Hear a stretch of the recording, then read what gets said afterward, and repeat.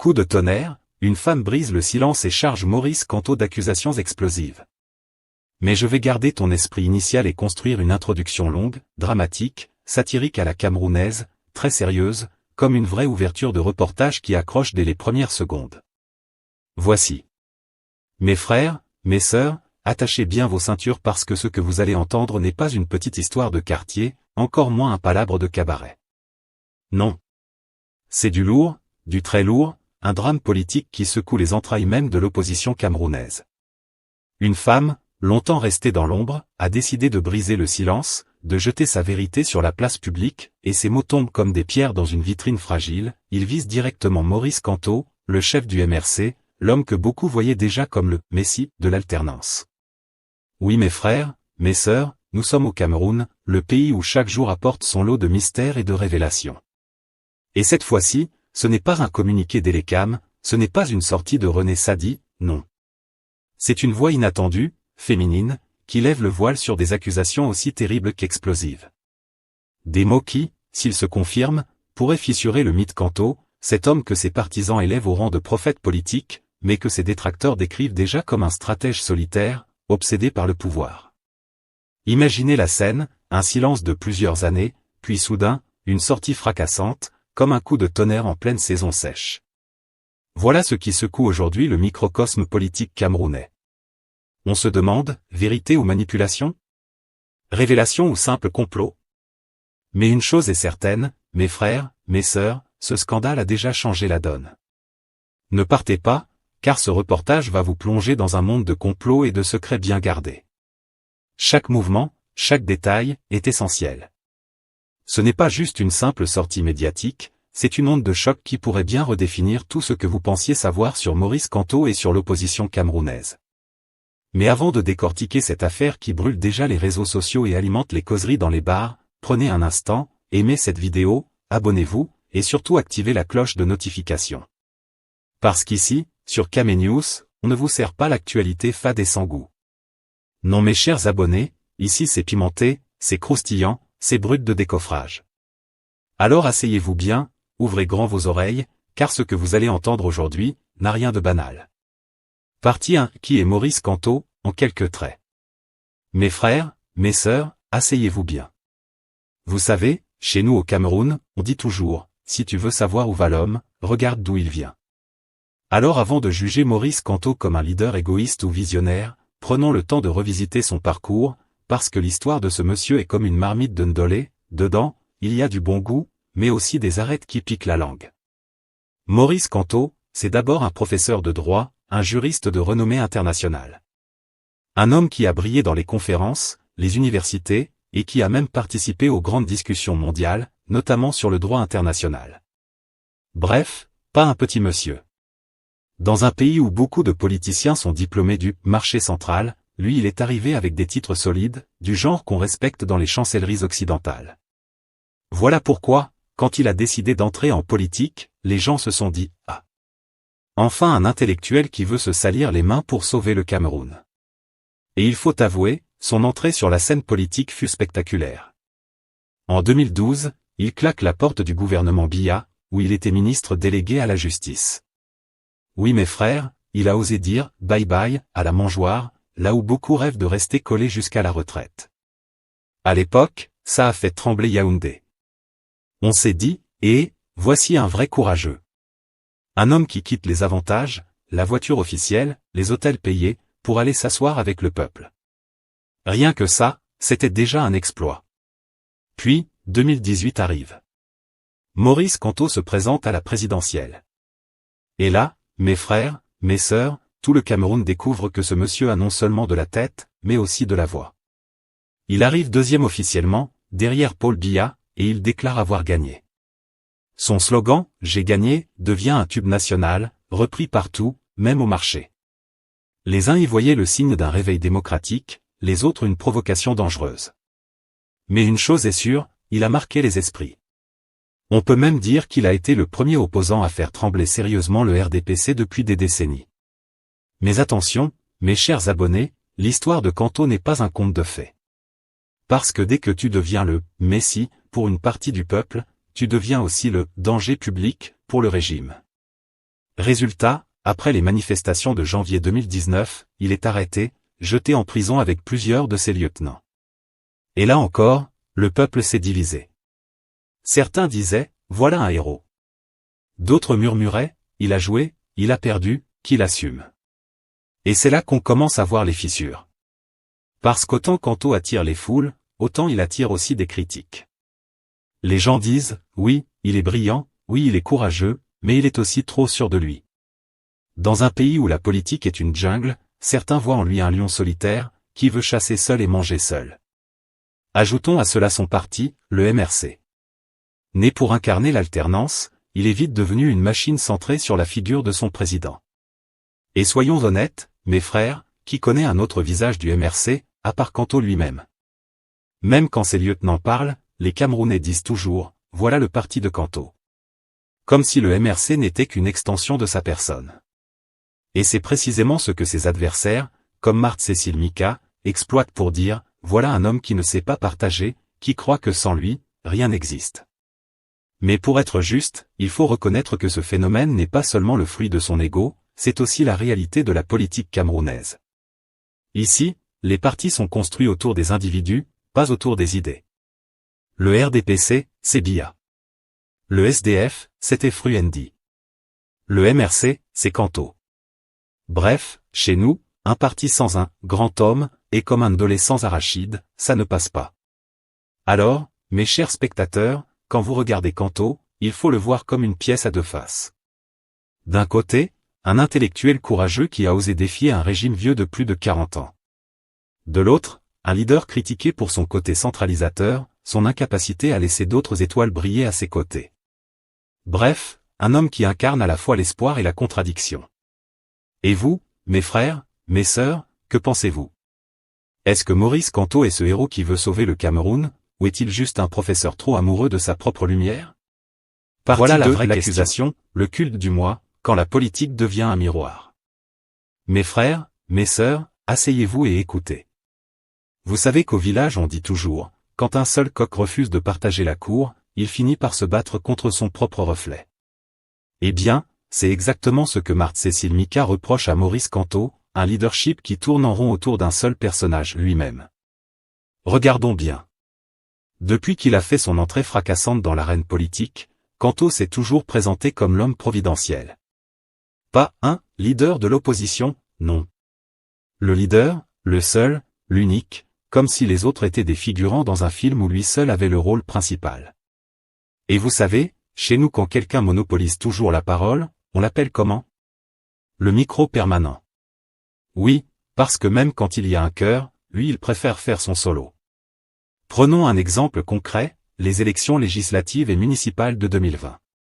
Au lieu de se battre pour gratter quelques sièges, comme l'ont fait d'autres opposants, Kanto a dit « boycott ». Résultat, le MRC s'est retrouvé sans députés, sans maire, sans élus locaux. Bref, un parti qui ressemble à une maison sans fenêtre. Et pourquoi cette décision? Officiellement, parce que les conditions électorales n'étaient pas crédibles.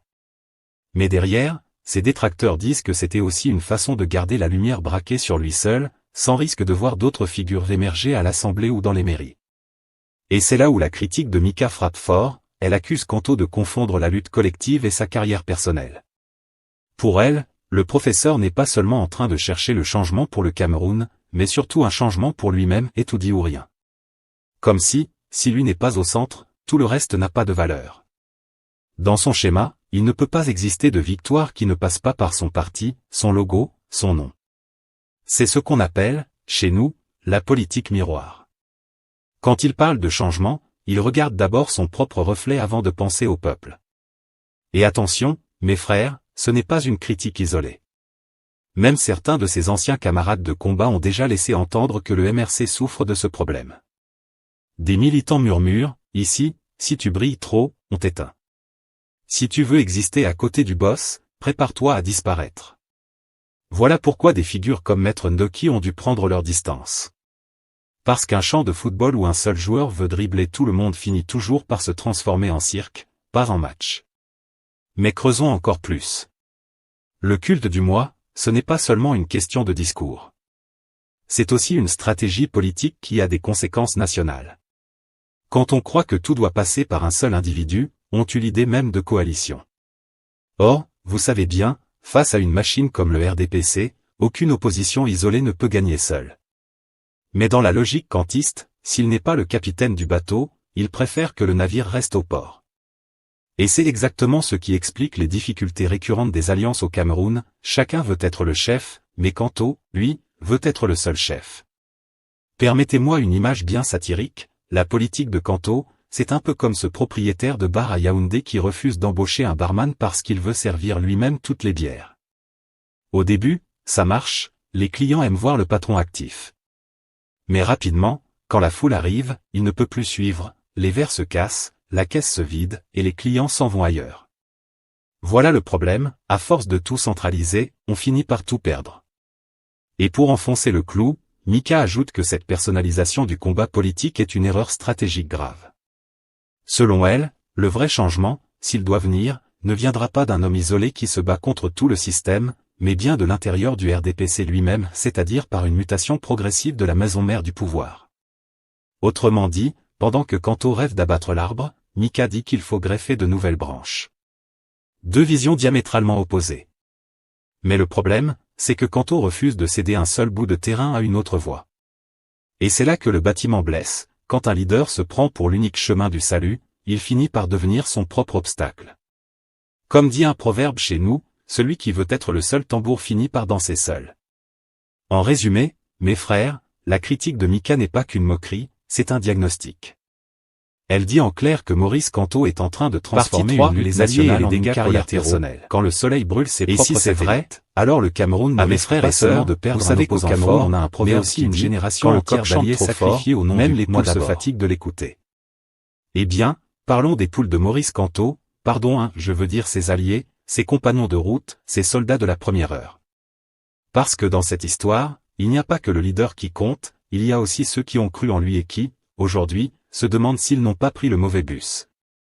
Prenons d'abord le cas de Bibounisak, le porte-parole fidèle entre les fidèles. Cet homme a pris tellement de coups judiciaires et policiers qu'on devrait inscrire son nom dans le Guinness des records des gardes à vue. Toujours arrêté, toujours libéré, toujours rappelé.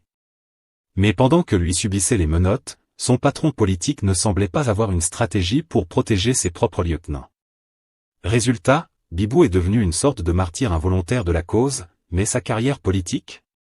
Bloqué comme un taxi sans essence au carrefour Mvan. Ensuite, parlons de maître Michel Ndoki, l'avocate brillante, la combattante charismatique, qui avait tout pour devenir la Jeanne d'Arc de l'opposition. Elle s'est battue, elle a été arrêtée, elle a risqué sa vie. Mais au final, que s'est-il passé? Frustrée de voir que son courage servait plus à gonfler l'aura de Kanto qu'à construire une opposition plurielle, elle a pris ses distances et a commencé à tracer sa propre voie. Et aujourd'hui, on a l'impression qu'elle est passée du rôle de bras droit à celui de figurante qu'on ne consulte plus. Voilà ce qu'on appelle sacrifier une étoile montante sur l'autel de l'ego. Et ce n'est pas tout.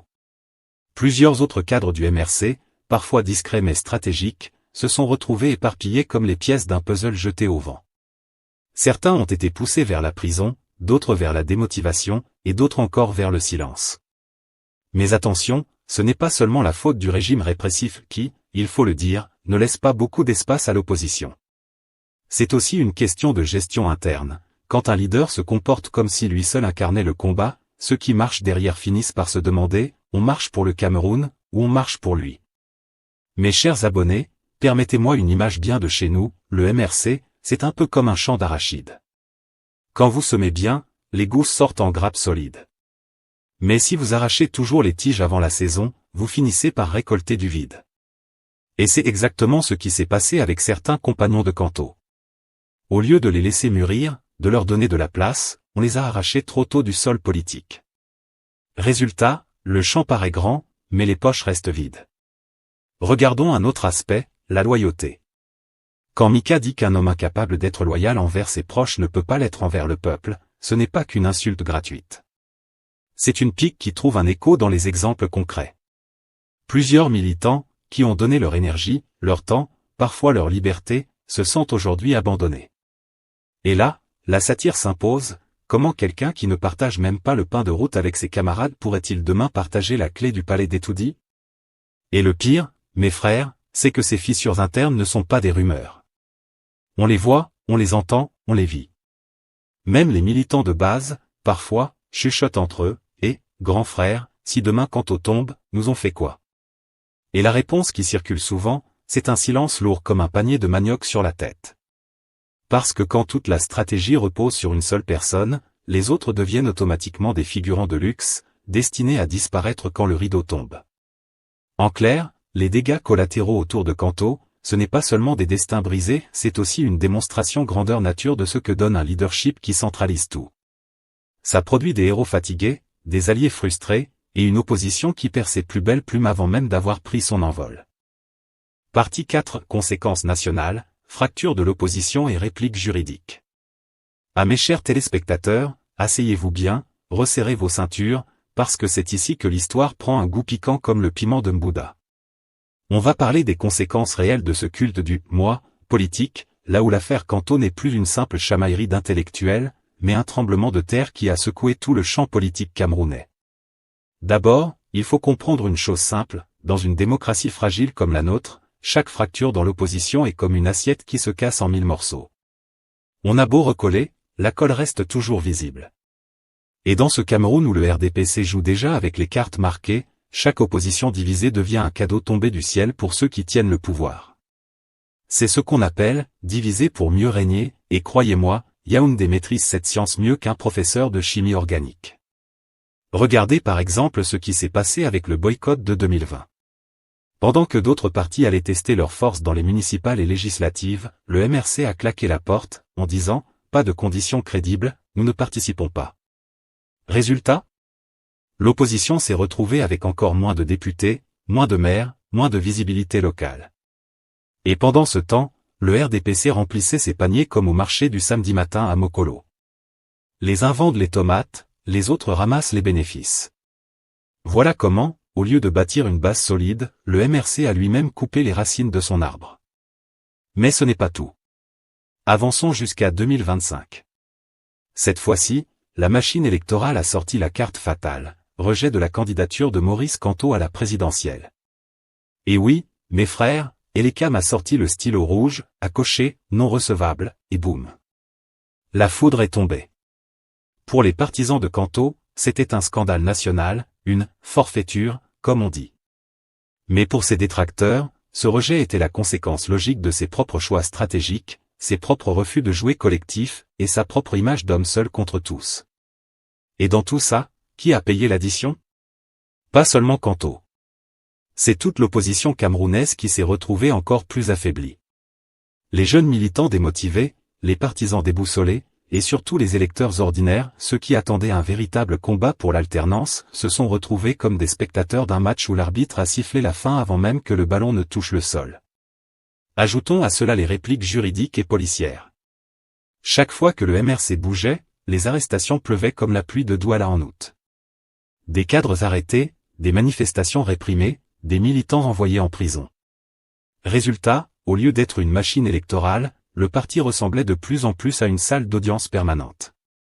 Et ça, mes frères, ce n'est pas seulement le signe d'un régime autoritaire, c'est aussi le reflet d'un calcul mal géré. Parce que pendant que l'on joue au martyr, le pouvoir en place consolide son contrôle et dit tranquillement, opposants, continuez vos erreurs, nous on reste assis. Et voyez-vous, chers abonnés, la plus grande conséquence de tout ça, c'est que la politique camerounaise a perdu le peu de dynamisme qu'elle avait gagné après 2018. Ce moment où, souvenez-vous, le peuple vibrait, où le mot « alternance » faisait battre les cœurs, où chaque meeting ressemblait à un concert de Fally Ipupa. Aujourd'hui, l'opposition ressemble à un orchestre sans chef, chacun joue sa partition, mais le public n'entend que du bruit. Et pendant ce temps, le RDPC rigole doucement dans son coin, parce que la musique du désordre arrange toujours celui qui tient la clé du micro. Alors, mes frères, posons la vraie question, est-ce que l'opposition camerounaise a besoin d'un héros solitaire qui tombe et entraîne tout le monde dans sa chute, ou est-ce qu'elle a besoin d'une architecture collective, où même si un pilier s'effondre, la maison reste debout? Voilà le vrai débat. Parce qu'au rythme où vont les choses, si rien ne change, on risque de répéter les mêmes erreurs encore et encore, comme un disque rayé. Et dans ce disque, c'est toujours le peuple qui paie la note, pendant que les élites politiques, qu'elles soient au pouvoir ou dans l'opposition, continuent leur match personnel. Conclusion, bilan, appel au public et question finale. Bilan franc et sans détour, les mots de Marthe-Cécile Mica pointent un problème réel, la tentation de personnaliser la politique au détriment du collectif.